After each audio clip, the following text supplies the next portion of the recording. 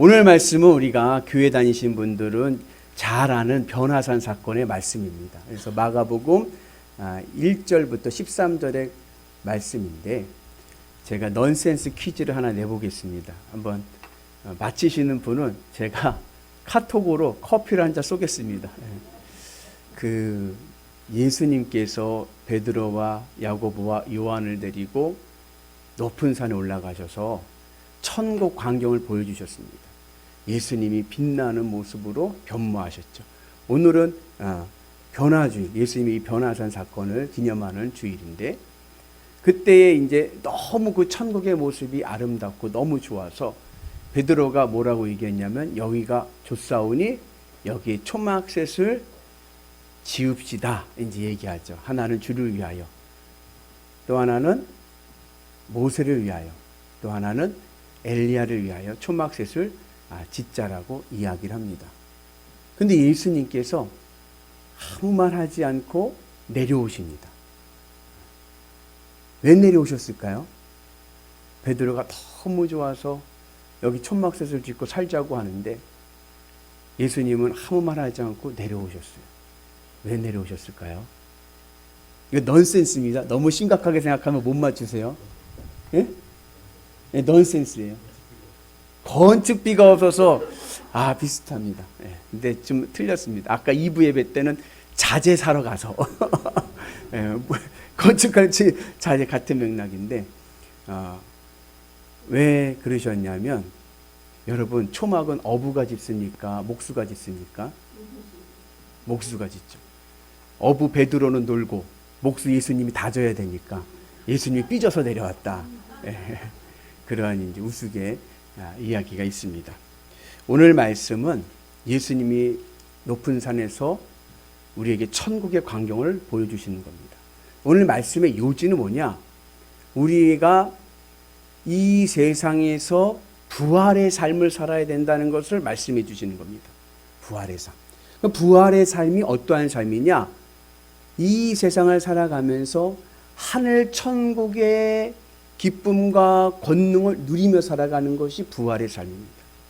오늘 여러분들의 삶이 부활의 삶을 통하여서 하나님 나라 천국의 권능으로 승리하시는 위대한 성도 되시기를 주의 이름으로 축복합니다. 그래서 오늘 말씀 6일 전에 2절에 보면 엿새우라고 나오죠. 오늘 말씀 6일 전에 8장에 무슨 일이 있었냐면 예수님께서 제자들에게 죽으시고 사흘 만에 부활하실 것을 말씀해 주셨습니다. 우리 같이 말씀 봅니다.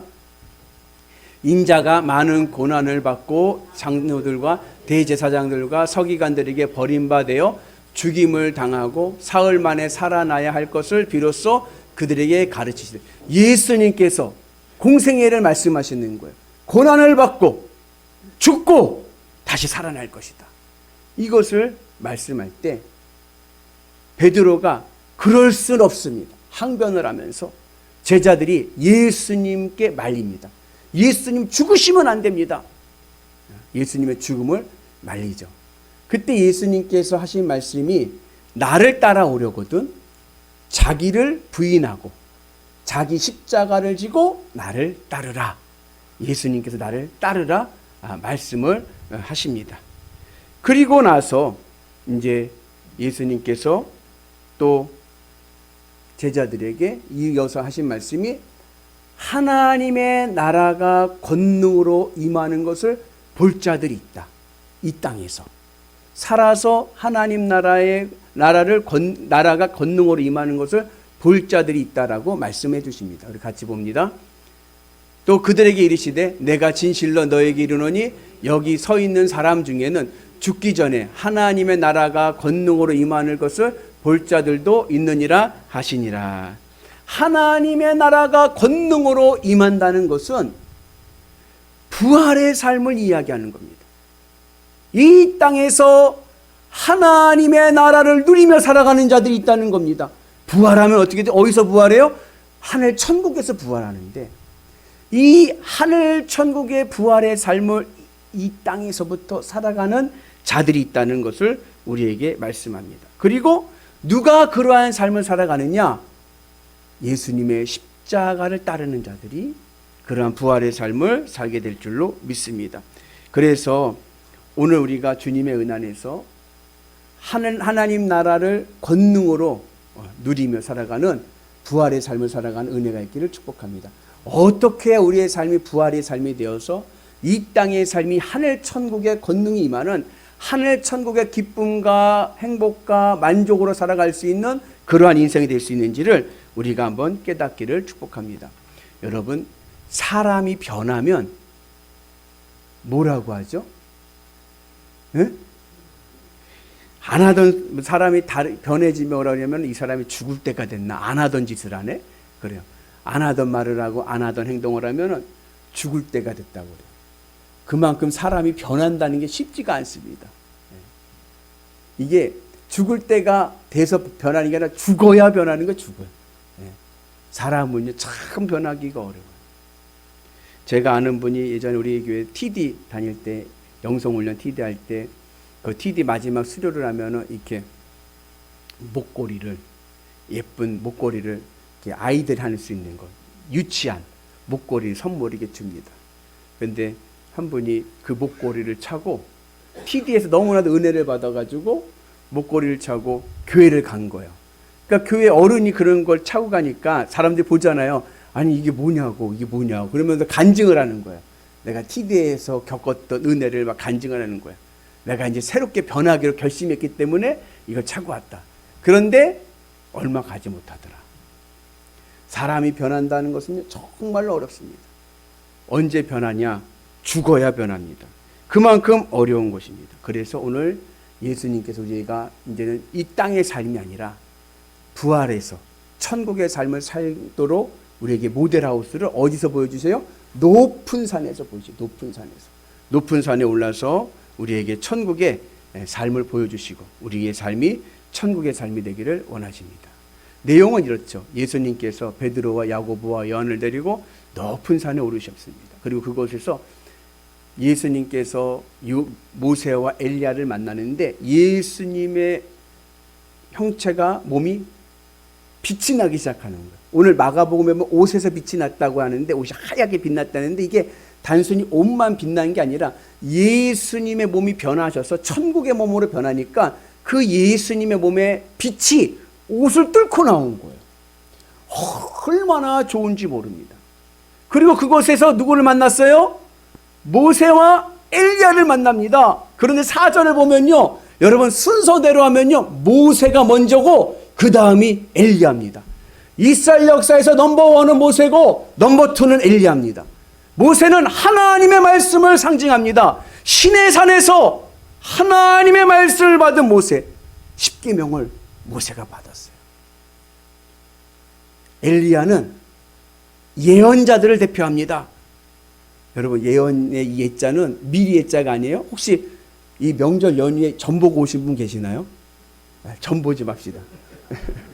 이 예언의 예자는 미리 예자가 아니라 맡길 예자예요. 예금한다 할 때 예자입니다. 하나님이 맡겨주신 말씀을 전하는 자들이 예언자들. 그래서 하나님의 말씀과 하나님의 말씀을 전하는 자들을 합친 대표 인물이 모세와 엘리야. 넘버1, 넘버2입니다. 그리고 이들은 구약 성경의 예언의 말씀을 상징합니다. 이스라엘의 구원의 약속을 상징하는 중요한 인물들입니다. 그런데 그들을 예수님이 만났다는 것은 예수님이 바로 구약 성경의 완성이라는 것을 말씀해 주시는 거예요. 이스라엘의 역사의 완성을 우리에게 말씀해 주십니다. 그런데 순서가 4절에 보니까 엘리야가 먼저고 그 다음에 모세예요. 순서대로면 넘버1이 먼저 나와야죠. 근데 넘버2가 먼저 나왔어요. 왜 그러냐? 오늘 말씀의 중요한 의미는 부활에 있기 때문에 그런 거예요. 예수님께서 내가 죽고 부활할 것이다 말씀하시고 오늘 부활의 삶을 얘기하시기 때문에 그렇습니다. 왜냐? 엘리야는요, 죽음을 보지 못한 자예요. 우리 찬송가에도 있죠. 엘리야가 병거 타고 하늘에 올라간 것. 어머니가 읽어주신 성경책에 있습니다. 엘리야는요, 죽음을 보지 않고 불병거를 타고 회오리 바람으로 하늘로 올라간 자입니다. 모세는 죽기는 죽었는데 모세의 무덤을 아는 자가 없어요. 모세의 무덤을 아는 자가 없다. 우리가 예수님의 부활을 선포할 때 신약 성경에서 흔히 말하는 증거 중에 하나가 뭐냐면 예수님은 무덤이 없습니다. 그래서 이 엘리야와 모세의 이 만남은 단순히 구약 성경 예언의 구원의 완성뿐 아니라 우리에게 부활의 예수님의 부활을 우리에게 오늘 암시적으로 말씀해 주고 있고, 그 모습을 통해서 오늘 우리의 삶이 부활의 삶이 되는 은혜가 있기를 주님의 이름으로 축복합니다. 어떻게 우리가 부활의 삶을 누려서 하늘 천국의 권능을 누리며 기쁘고 행복하며 살아갈 수 있을까? 자, 보세요. 여러분 상상을 해보세요. 높은 산에 올랐습니다. 하늘에서 모세와 엘리야가 내려왔습니다. 예수님이 천국의 광경으로 빛이 확 나고 그들이 만나고 이야기하는 모습을 봤어요. 그 모습이 어땠을까요? 어땠을까요? 너무나도 좋죠. 베드로가 너무나도 좋아서 뭐라고 그래요? 여기가 좋사오니.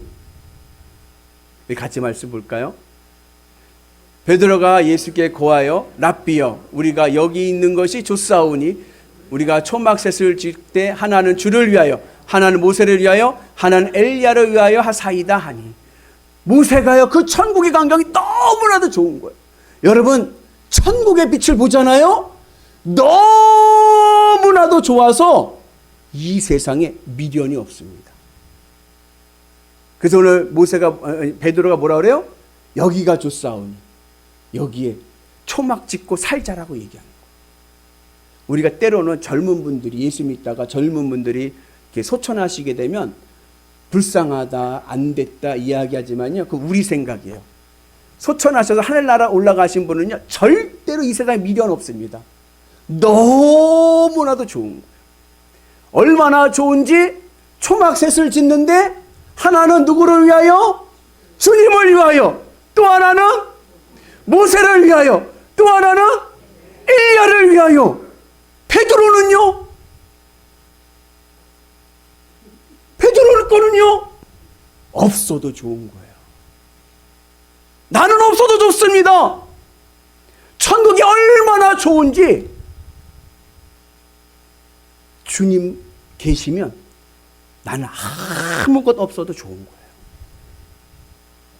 이게 부활의 삶입니다. 우리가 처음 예수 믿을 때, 여러분 전도해서, 모태신앙은 좀 특이하시겠지만 전도당에서 오실 때 보통 어떻게 전도당에 오셨습니까? 예수 믿으면 원하는 소원이 이루어져요. 소원 성취 얻기 위해서 교회를 오는 분들이 많습니다. 그죠? 내가 원하는 소원. 베드로도 예수님을 따를 때 소원이 있었어요. 그게 뭐냐면 나라의 독립이었습니다. 제자들이 늘 머리 맞대고 싸운 게 뭐예요? 누가 큰 자냐? 누가 큰 자. 누가 큰 자 왜 싸워요? 예수님이 혁명을 일으키셔서 나라를 세우셨을 때 누가 국무총리하고 누가 부총리하고 누가 법무부 장관하고 누가 국방부 장관하고 그거 놀아 먹으려고 머리 치면서 싸우지 않습니까? 누가 큰 자냐? 베드로는요, 그러한 마음이 있었어요. 내 소원이 있었습니다. 그리고 예수님을 따랐어요. 예수님께서 베드로에게 주신 것이 뭐냐? 베드로가 원하는 소원을 주신 것이 아니라 뜻밖에도 천국을 주셨습니다. 내가 예수님을 믿었습니다. 내가 원하는 소원이 있었습니다. 부자 되는 소원, 또 건강한 소원, 내가 이 세상에서 이루고자 하는 소원을 주님 이루어 주실 줄 믿고 교회를 열심히 다녔습니다. 신앙생활 열심히 다했습니다. 근데 주님이 나에게 주신 것은요, 뜻밖에도 천국을 주신 거예요. 근데 실망하지 마세요. 실망한 눈빛이 있어서 실망하지 마세요. 예수님이 주신 천국의 맛을 경험하면요, 이 세상 소원이 미련이 없어지는 거예요. 얼마나 좋던지 내 것이 없어도 좋은 거예요. 베드로가 얼마나 좋았는지 자기 자아까지 잊어버려서 자기는 챙기지를 않아. 세상 사람들은 어떻게 뭐 맛있는 거 있으면 어떻게 해요? 나눠줄 때 제일 맛있는 부분은 나 있는 쪽에 이렇게 놓고 잘라서 저랑 드실 때 잘 보셔야 됩니다. 목사님이 얼마나 비율을 잘 맞추나. 네. 맛있는 걸 이렇게 빼놓고. 네. 그 예전에 그 피종재 목사님이랑 유명한 부흥사 목사님이 취미가 수석이었답니다. 돌. 수석. 그래갖고 온 집안이 다 돌 이렇게 해놓은 거예요. 방안을, 한쪽 방안을 돌로 다 해놓은 거예요. 그 돌만, 뭐만 보면 돌밖에 안 보이니까 이 피종재 목사님이 이러다가는 내가 목회를 잘 못하겠다 해서 결심을 하고 이제 그 나눠주기로 한 거예요. 교인들한테 다 가져가라, 돌을.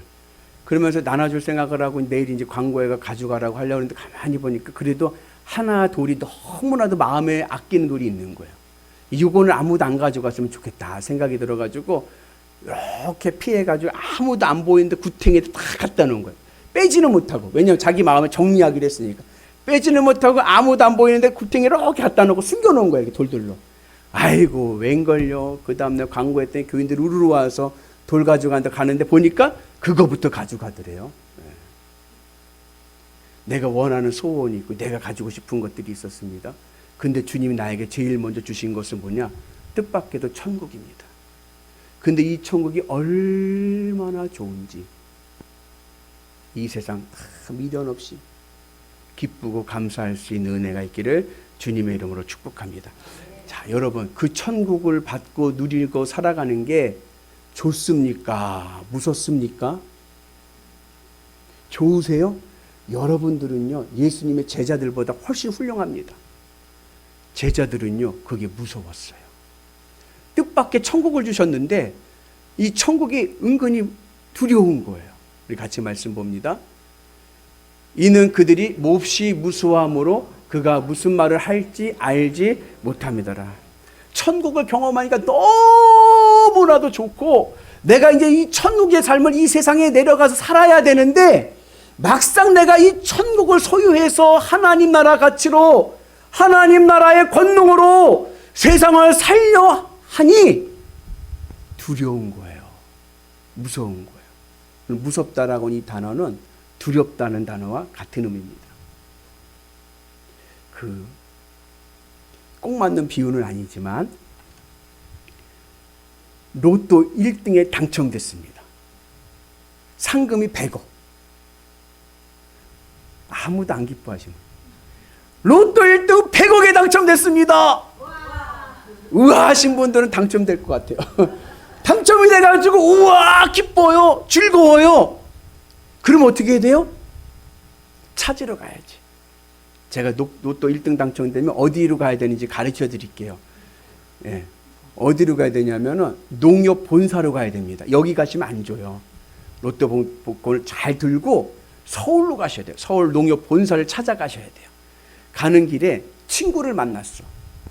친구를 만났는데 이 친구가 커피 한잔 하자 그러는 거예요. 그래가지고 그래요 커피 한잔 오랜만에 만나서 커피 한잔 하자 커피를 마시는데 이 친구가 막 자랑질을 하는 거예요.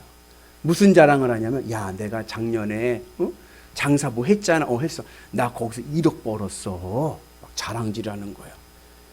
그럼 한옥자 성도님 어땠을 것 같아요? 마음에. 가소롭죠. 야 속으로 너 그 1억? 야 너 100년 벌어야 내가 오늘 단 거 탄다. 나 100억이 있으니까. 너 100년 일해야 돼. 어때? 그랬구나. 아유 잘했네.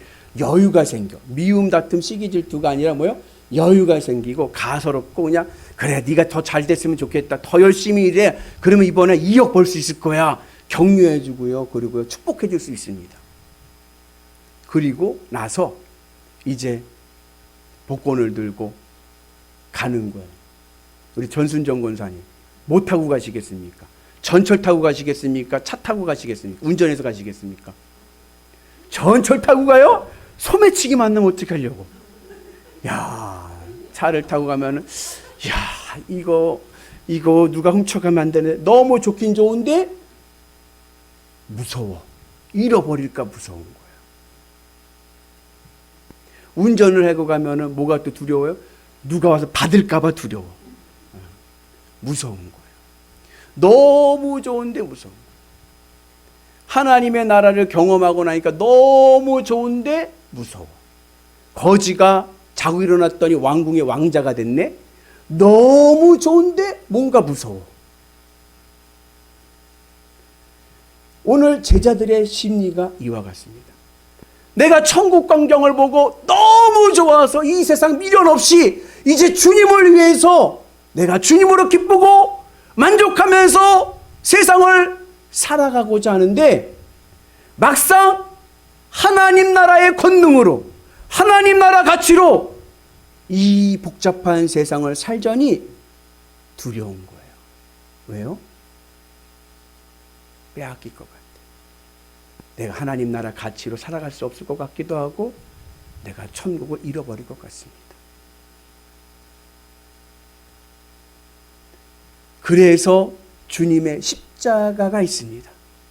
내가 어떻게 이 세상 속에 살아가면서 하늘 천국을 잃어버리지 않고 살아갈 수 있습니까? 내가 만났던 그 주님을 내가 기뻐하면서 어떻게 내가 이 세상에서 천국을 잃어버리지 않고 그 기쁨으로 살아갈 수 있습니까? 바로 주님의 십자가 은혜 안에 내가 있어야 되는 거예요. 내 마음을 주님의 십자가에 못 박아서 늘 주님으로 기쁘고 행복하고 만족한 삶을 살아갈 때 우리의 삶이 주님의 은혜 안에서 부활의 삶을 살게 될 줄로 믿습니다. 여러분, 기독교 신앙은요, 영지주의가 아닙니다. 영지주의라는 말은 뭐냐면 구원을 받기 위해서는 신비로운 지식을 깨달아야 된다는 거예요. 신비로운 지식, 신비로운 경험을 해야 구원받을 수 있다는 것이 영지주의입니다. 그러나 기독교 신앙은 단순합니다. 나에게 신비로운 지식이 없고 신비로운 경험이 없어도 내가 주님으로 기쁘고 만족하는 십자가의 은혜만 있으면 어느 누구도 부활의 삶을 살게 될 줄로 믿습니다. 여러분들의 삶이요, 주님의 은혜 안에서 천국의 은혜로 행복한 삶을 살아가게 될 줄로 믿습니다. 그러한 믿음을 가지고 나갈 때 내가 주님으로 기뻐하고 주님으로 만족하고 여기가 좋사오니 주님, 저 아무것도 없어도 좋아요. 주님만 계시면 나는 행복해요. 오늘 이 베드로의 고백이 내 고백되면 내 마음의 소원이 바뀝니다. 그동안 내 마음의 소원은 내 정욕을 위한 소원이었는데 이제는 주님의 소원이 내 소원이 되는 거예요. 주님의 마음을 품고 세상을 살아가니까 내 삶에 하늘의 천국의 은혜가 임하게 되고 하늘의 구원이 임하게 될 줄로 믿습니다. 그러면 하나님께서 우리의 삶을 부유하게 하시고 건강하게 하시고 형통하게 하실 줄로 믿습니다. 그 은혜가 오늘 우리 가운데 임하기를 주의 이름으로 축복합니다. 어느 분이 이런 말씀하시더라고요. 믿음은 두 종류가 있습니다. 그러더라. 하나는 광야 믿음이고 하나는 가나안 믿음입니다. 광야 믿음은 뭐냐? 이스라엘 백성들이 광야 생활했던 거 있잖아요. 그 믿음으로 살아가는 거예요. 늘 예수님을 믿는데 늘 그 인생은 고난과 연단의 연속인 거예요. 하나님께서 만나와 메추라기를 주시기는 주시지만 딱 그만큼만. 누르고 흔들어 넘치는 복이 없이 딱 그만큼만 목에 풀칠할 정도로만, 목에 입에 풀칠인가요? 입에 풀칠할 정도로만 주시는 거예요. 늘 인생이 연단 속에 있고 고난 속에 있습니다. 왜 그런가? 원인은 불순종입니다. 물은 몇 도에 끓어요? 물은 100도에 끓는데 그 믿음은 70도, 80도 믿음인 거예요. 끓기는 끄는데 이게 100% 끓지 못하니까 그 믿음의 능력이 일어나지 않는 거예요. 하나님이 주신 은혜가 있긴 있는데 다 그 수준. 늘 연단 속에서 고난 속에서 살아갑니다. 원인은 불순종. 왜 불순종할까요? 내 생각에는, 내 경험에는 예수님의 말씀을 온전히 믿지 못하는 거예요. 그래서 오늘 말씀에 같이 봅니다. 7절의 말씀인데 마침 구름이 와서 그들을 덮으며 구름 속에서 소리가 났을 때 이는 내 사랑하는 아들이니 너희는 그의 말을 들으라. 오늘 예수님께서 하늘에서 예수님에 대해서 제자들에게 말씀하는 거예요. 너희는 예수님의 말씀을 들어라. 우리의 믿음이요, 광야 믿음을 넘어서서 가나안 복지 믿음 되기를 축복합니다. 가나안 복지의 믿음은 뭐냐? 100% 믿음인 거예요. 예수님의 말씀이면 그냥 순종하는 거예요. 세상적으로 이게 안 되는데 세상적인 가치를 내려놓고 믿음으로 가는 겁니다. 하나님 나라 가치로 가는 겁니다. 그래서 100% 말씀에 순종하고 나갈 때 우리의 삶에 놀라운 역사가 일어나 있어 여러분들의 삶이 천국의 은혜가 임하게 될 줄로 믿습니다. 어떻게 우리가 광야의 믿음에서 가나안 믿음으로 발전할 수 있습니까? 그게 바로 여러분 나는 죽고 주는 살고 주님의 십자가 은혜 바울의 신앙이고 오늘 변화산의 신앙에서는 뭐예요? 여기가 좋사오니. 아멘이십니까? 여기가 좋사오니. 아무것도 없어도 좋아요. 난 주님만 계시면 삽니다. 그 믿음으로 살아갈 때 우리의 삶이 천국으로 변하는 부활의 삶을 살게 될 줄로 믿습니다. 올 한 해 여러분 기대하시고 여러분들의 삶이 가나안 복지 되기를 주의 이름으로 축복합니다. 주님으로 기뻐하고 주님만 있으면 나는 산다. 주님 앞에 내 세상 건 미련 없이 내려놓고 믿음의 길 가시면 하늘의 은혜가 오늘 우리 가운데 임하게 될 줄로 믿습니다. 그 은혜로 여러분의 삶이 날마다 행복한 삶 되시기를, 천국의 삶 되시기를 주님의 이름으로 축복합니다. 우리 한번 따라서 해볼까요? 여기가 좋사오니 주님만 계시면 나는 만족합니다. 할렐루야.